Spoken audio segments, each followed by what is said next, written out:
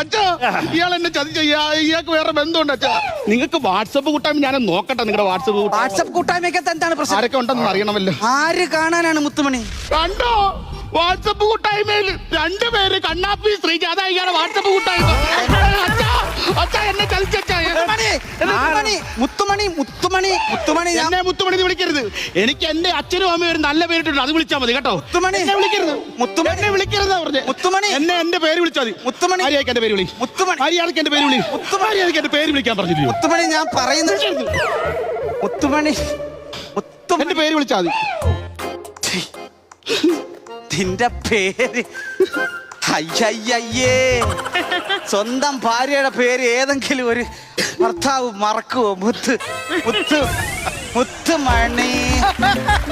പെട്ട് പേര് ഞാൻ മറന്നുപോയി. എന്തുവായിരുന്നു ഭാര്യയുടെ പേര്? ഭവാനി.